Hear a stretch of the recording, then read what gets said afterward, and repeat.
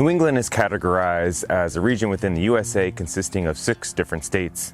You have Rhode Island, you have Massachusetts, Connecticut, Maine, Vermont, and New Hampshire, which is where I find myself today. New Hampshire is home to more than 800 lakes and ponds, the highest peaks among the northern Appalachians, 19,000 miles of rivers and streams, the shortest coastline of any coastal state, and the highest percentage of timberland in the country. It's occasionally known as the White Mountain State, but I'm not especially close to the whites today. I'm in the southwestern corner of the Granite State with Vermont just a stone's throw away, and I'm surrounded by more trails than I can count.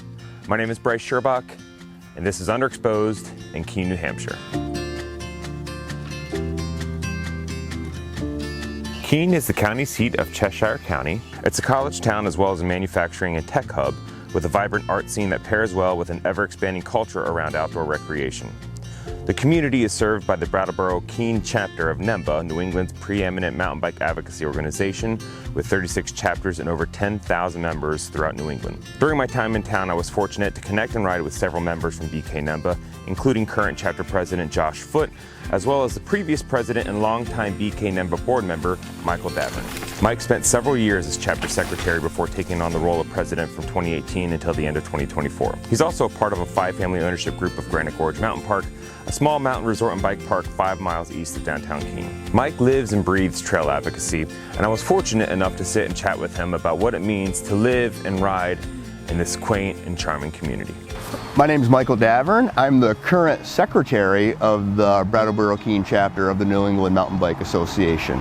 I'm also one of the owners of Granite Gorge Mountain Park here in Keene. What I like about living in Keene really is the community, whether it's my mountain biking community or my kids' sports community.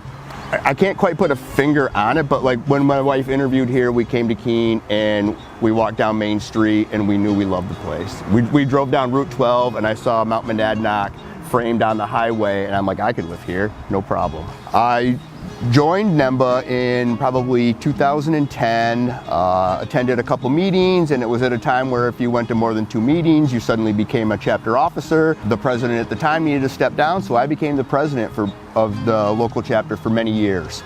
Just last year, I stepped down and became the secretary yet again. Josh Foote has taken over as our new president. Then Granite Gorge here. You know, we opened our first year with one machine-built flow trail. The mountain's short, it's steep, we've got a lot of rock. I would search out really nice features and we would make some trails to link those together. And I was blown away how well received those were here. I really thought a few of the harder core riders would, ride them, but most people would avoid them. People love them. And I think that we'll become known for our harder, technical, steep, hand-built trails as opposed to a bunch of flow trails.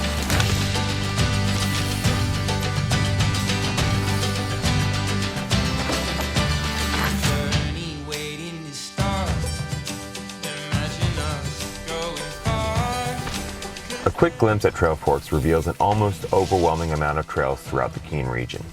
Drummer Hill is without a doubt the main attraction here, but other networks such as Food Network, Pisgah State Park, Beach Hill Preserve, the Keene Bike Park, and of course Granite Gorge all help to round out the experience. Somehow this place has managed to largely fly under the proverbial radar for quite a long time, but it has certainly made its fair share of fans over the decades. With its unapologetically rough-hewn and raw terrain, it represents a foundational style of riding for many who have cut their teeth on the East Coast over the years.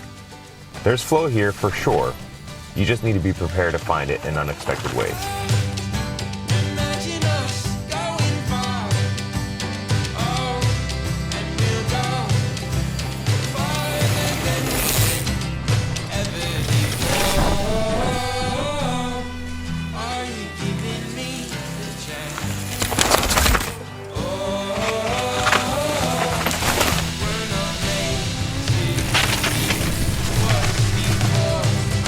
For me, it's important that we have a diversity of trails, that we have something for everybody to ride. And it's even more important that we maintain the level of riding that our core group of riders want. A lot of us came up on old school trails or maybe even hiking trails that weren't purpose-built for mountain bikers. They were rooty, they were rocky, they were steep, they were technical.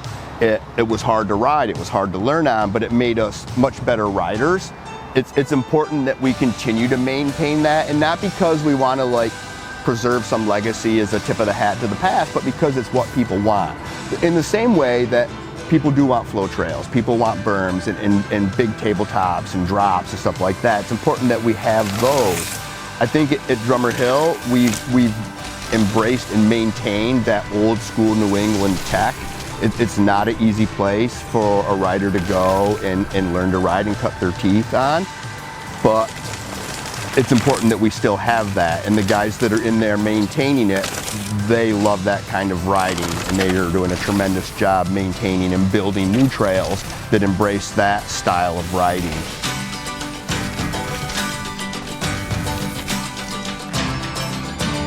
I'm never going to go away from being involved with the chapter on any level, but I'll be a chapter officer for as long as I'm needed, because I feel it's super important. The advocacy work that we do, a lot of people have no clue about, which I think is perfect. The people that just want to ride bikes or maybe work on trails, they don't want to worry about the details. That's why they've elected us into those roles. Without doing this advocacy work, we might not have trails on private property. We might not have a memorandum of understanding with the city of Keene for every park in the city limits. You go back 20 years ago, 30 years ago, mountain bikers were, you know, the dirty, grubby guys in the woods. They had a bad image. Now, you know, and I don't know that that was true, but now it's clear that we're professionals. We work, whether it's professionals within the community or how we present ourselves to them. It helps us make things happen. It's why we have a bike park. It's why we're able to develop trails on new city land, because we come to the table, we work with them, we listen to them, and we all come to an agreement on how things are going to work.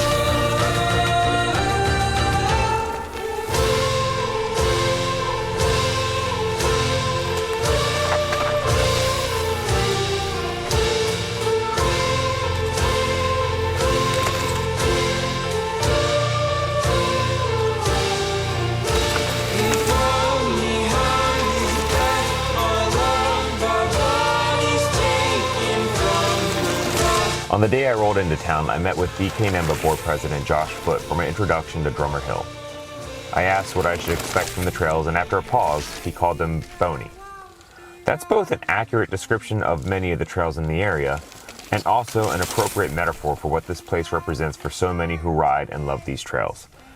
The history of mountain biking is relatively young to many other outdoor pursuits, but even so, it's become commonplace to describe these kinds of trails as old school, which is fine by me. Old school trails are the structure or the bones of our sport. They are what so many of us grew up honing our skills on. Before purpose-built was even a thing, we let nature do the heavy lifting. And sometimes that meant in order to find flow, you needed to go slow. And sometimes it means you get to go fast. And oftentimes, it's on the same trail.